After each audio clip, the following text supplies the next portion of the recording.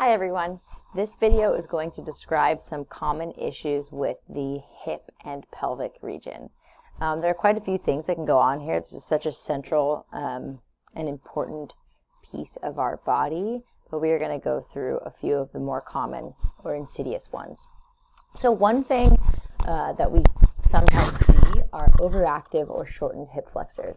And you'll hear terms thrown around a lot like tight, overactive, shortened, hypertonic, things like that. They're all trying to get at the idea that these muscle fibers are shorter than their original normal resting length, typically due to postural issues or common positions that we're inhabiting a lot of the time. And so they're firing and acting differently.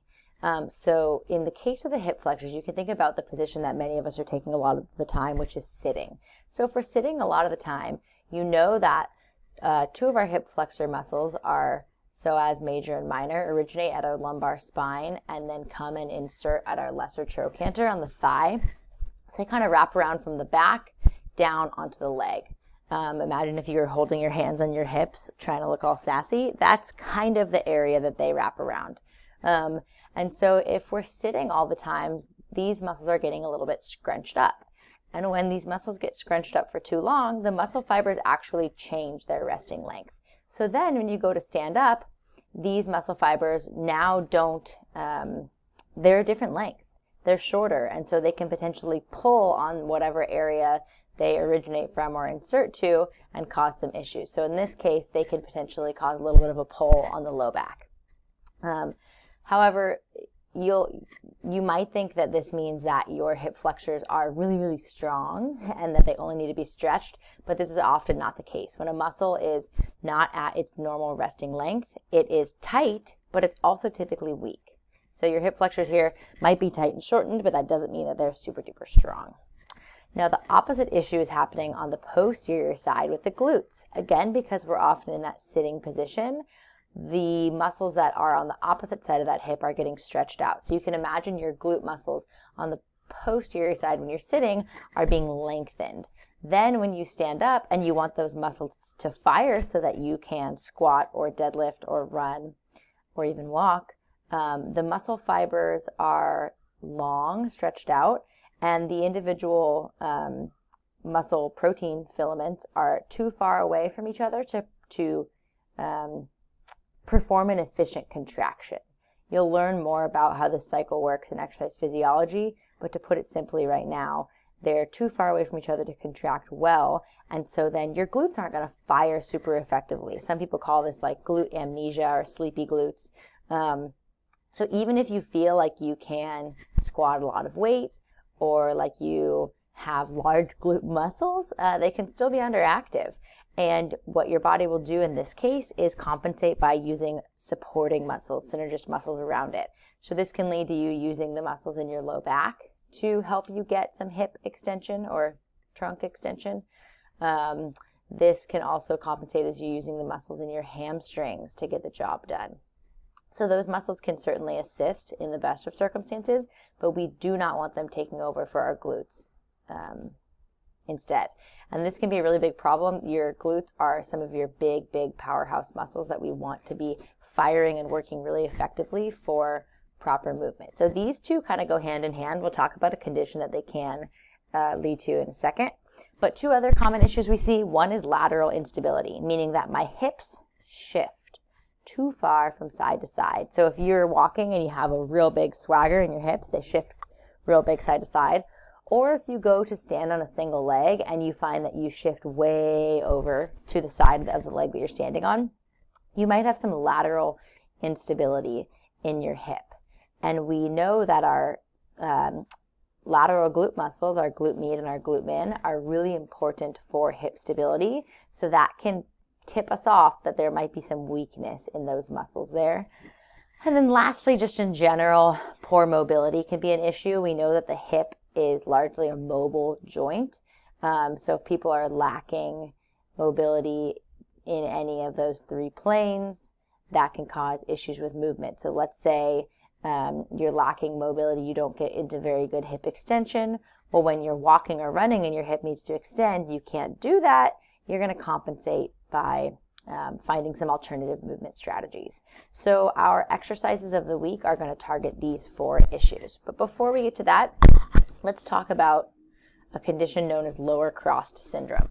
So lower crossed syndrome is just kind of the combination of what we just talked about with the tight or shortened hip flexors and weakened hip extensors. So you'll see if you're standing upright, you kind of have this stacked joint position, whereas this anterior pelvic tilt you often see with this big curve in the low back, sometimes referred to as lordosis, or a big lordotic curve, where the butt kind of sticks out, the belly hangs forward, the knees are locked out.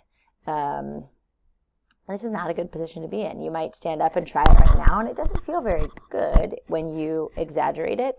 You might be in this position a lot of the time and not know it.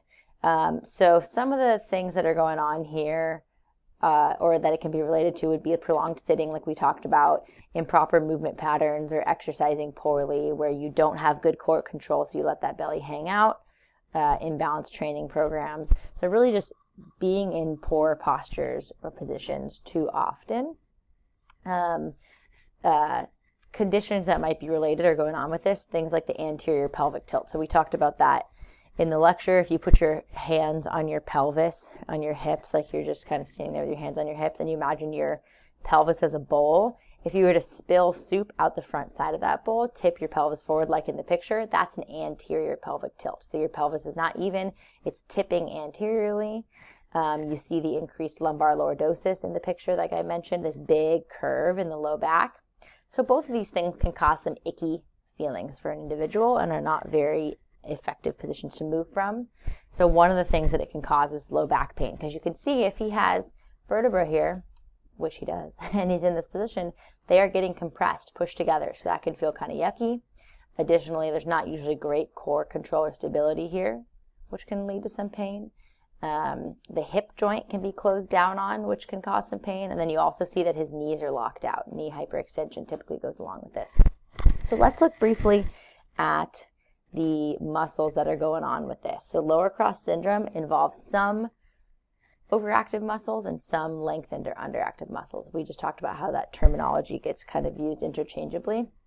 And the reason it's called crossed is because it's this crossing pattern. So you have this weak cross of muscles coming from anterior to posterior, and this tight cross of muscles based on the positions that you're in. So which muscles are overactive or kicking in a little too hard or a little bit shortened because of the positions that we're in?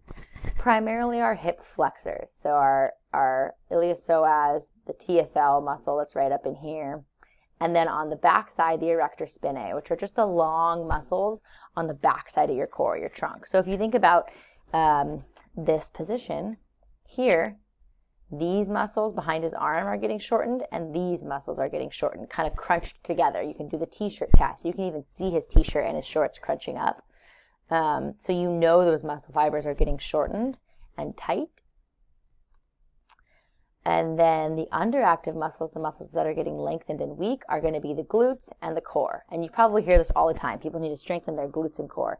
And this is part of the reason why, this common muscular imbalance. So if we're in this position, you can see his core muscles are totally on stretch, and they're really not doing much to stabilize his trunk at all. Obviously, this is a real exaggerated version.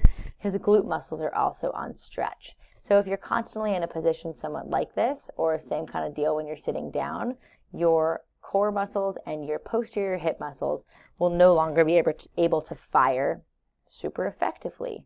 So this is going to lead to a lot of issues. It's going to lead to you having a weaker, less stable core, less ability to produce power with your hips, especially your posterior hips, and then further lead to some poor postural or movement positions. So if you go back here, you see that a lot of these issues, the overactive shortened hip flexors, the underactive lengthened glutes, potentially poor mobility, are going to be related to this combination movement pattern syndrome called lower crossed syndrome. There is such thing as an upper crossed syndrome as well, which is a similar issue with the upper body where you're rounding forward like we've talked about, and the muscles on the front side of the chest are tight in the back of the neck, and then the muscles on the back and the front side of the neck are lengthened. So we're really just focusing on lower crossed syndrome here, and a lot of our exercises of the week are going to address this. All right, take care.